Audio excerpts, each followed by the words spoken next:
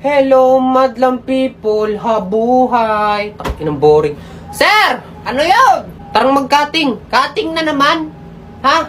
Kakakating lang natin kahapon tapos nag-aaya ka na naman ng cutting ngayon. Wala na akong sasahurin sa'yo. Oo eh. Sir, tarang punta lang tayo sa computer shop. Computer shop?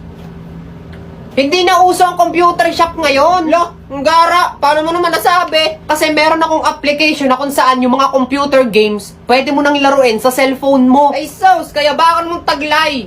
Sige nga, anong app yan? Ay aba, ang tawag dito is Joy Art.